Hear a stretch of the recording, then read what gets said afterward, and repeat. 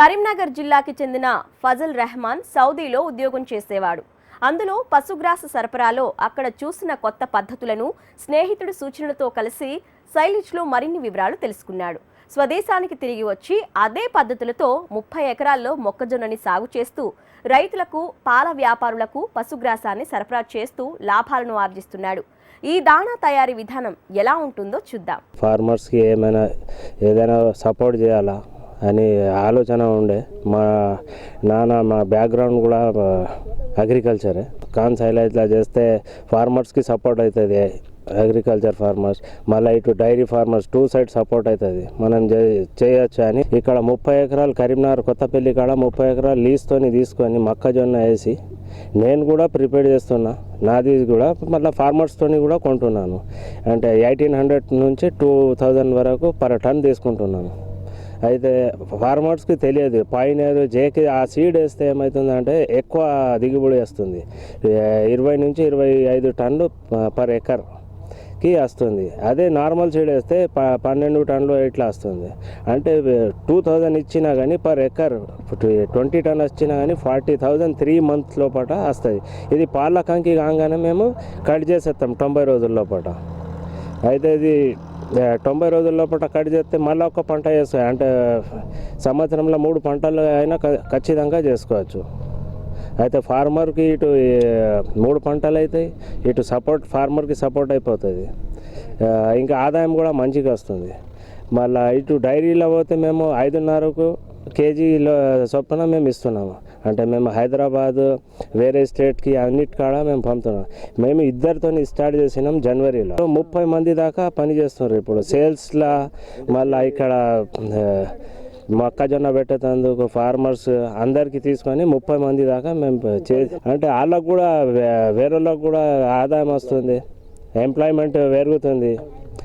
ఇది కూడా సపోర్ట్ అవుతుంది. ఇట్లా అని నేను అనుకోలేను, కానీ ఇది కూడా అవుతుంది. నాకు చాలా సంతోషంగా ఉన్నాను. నేను 30 మంది మా దగ్గర పని చేస్తున్నారు. అంటే మాతోని వెటనరీ డాక్టర్స్ ఉన్నారు, కెమిస్ట్ ఉన్నారు, సప్లయర్స్ ఉన్నారు, డిస్ట్రిబ్యూటర్స్ అయ్యారు. అంటే 8 months లోపలైనా నేను ఇది మొత్తం క్రాప్ చేసుకున్నాను. ఫార్మర్స్కి చెప్తలే, నేను కూడా చేస్తున్నా. వాళ్ళకి చెప్పేది అంటే చెప్తే వాళ్ళకి చెప్తున్నా, మేము ఎందుకు చేయొద్దు. మేము కూడా 30 ఎకరాలు లీజ్కి తీసుకొని మేము కూడా చేస్తున్నాము. ఇంకా 100 ఎకరాలు తీసుకోవాలని నా ఉద్దేశం ఉంది. డైరీకి ఇక్కడ నుంచి పంపితే పాల దిగుబడి కూడా 1 లీటర్ నుంచి 2 లీటర్ దాకా పెరుగుతుంది ఒక్క ఆవు మీద. మేము గౌశాలకు ఇస్తున్నాము. హైదరాబాద్ అమృత డైరీ ఉన్నది, రవి ఓరిస్ డైరీ ఉన్నది, వాళ్ళకు కూడా మేము ఇస్తున్నాము. అంటే వాళ్ళకు కూడా రిజల్ట్ 2-3 days లోపల రిజల్ట్ వస్తుంది. ఇక్కడ కరీంనగర్లో కూడా ఫోన్ చేసి అన్న రిజల్ట్ వస్తుంది మాకు, కానీ మాకు సైలేజ్ కావాలా.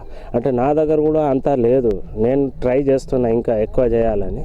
అంటే అదర్ స్టేట్ నుంచి అయితే కూడా ఉన్నది, దుబాయ్ నుంచి కూడా నాకు వచ్చింది ఆర్డర్స్, కానీ నా దగ్గర అంత లేదు కన్జంప్షన్. కొద్దిగా నేను కూడా పెంచుకుంటూ పోతున్నా.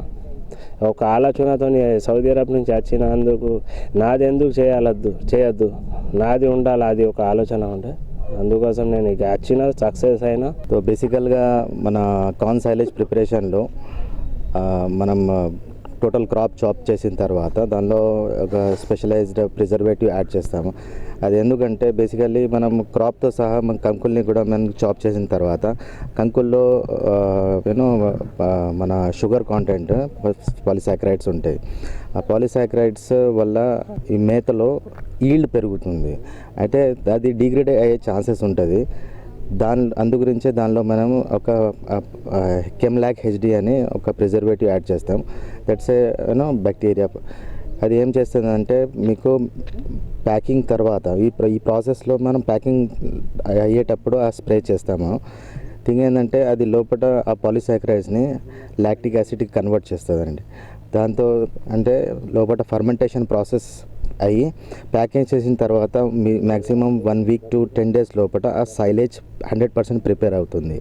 ఓకే, ప్లస్ ఎందుకంటే మేము ఎయిర్ టైట్ ప్యాకింగ్ చేస్తాం కాబట్టి అది లీకేజ్ కాకుండా ఉండేందుకు, ఫంగస్ దానిలో రాకుండా ఉండేందుకు అది కూడా హెల్ప్ అవుతుంది.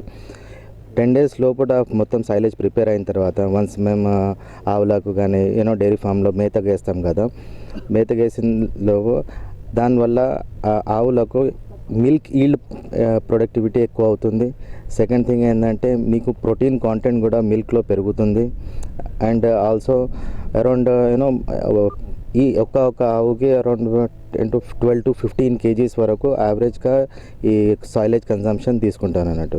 నార్మల్లీ అంటే గడ్డి వేరే మేతలు వేసే బదులు ఈ కార్న్ సైలేజ్ మేత వేస్తే okay in terms of dairy ఫార్మర్స్కు ప్రొడక్టివిటీ పెరుగుతుంది, ఈల్డ్ పెరుగుతుంది.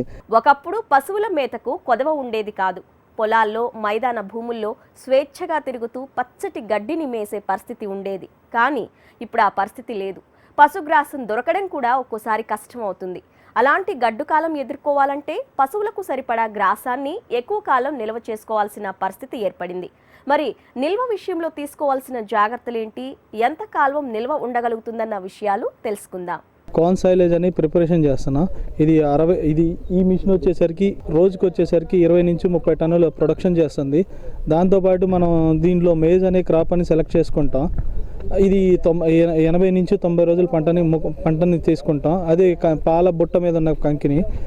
దానివల్ల ఏంటంటే ప్రోటీన్స్ మాంసకృతులు పెరుగుతాయి. దానివల్ల పాలు కూడా ఇంక్రీజ్ అవుతుంది. దీంట్లో ఇది నిల్వ ఉండడానికి మనం లాక్టోపాజ్ బ్యాక్టీరియా అనేది కలుపుతాం. దీన్ని ర్యాపింగ్ చేసేది యూవీ రేడియేషన్ ఫిలిం అనే ఒకటి ఉంటుంది. 25 మైక్రాన్ నుంచి 25 మైక్రాన్ అండ్ 15 మైక్రాన్ది మనం కలుపుతాం. దాన్ని ర్యాపింగ్ చేస్తాం. ఇది 600 RPMతో కంప్రెస్ చేస్తుంది. దీంట్లో ఉన్న గాలిని కూడా తీసేసి కంప్రెస్ చేసి దీన్ని బేల్ తయారు చేస్తుంది.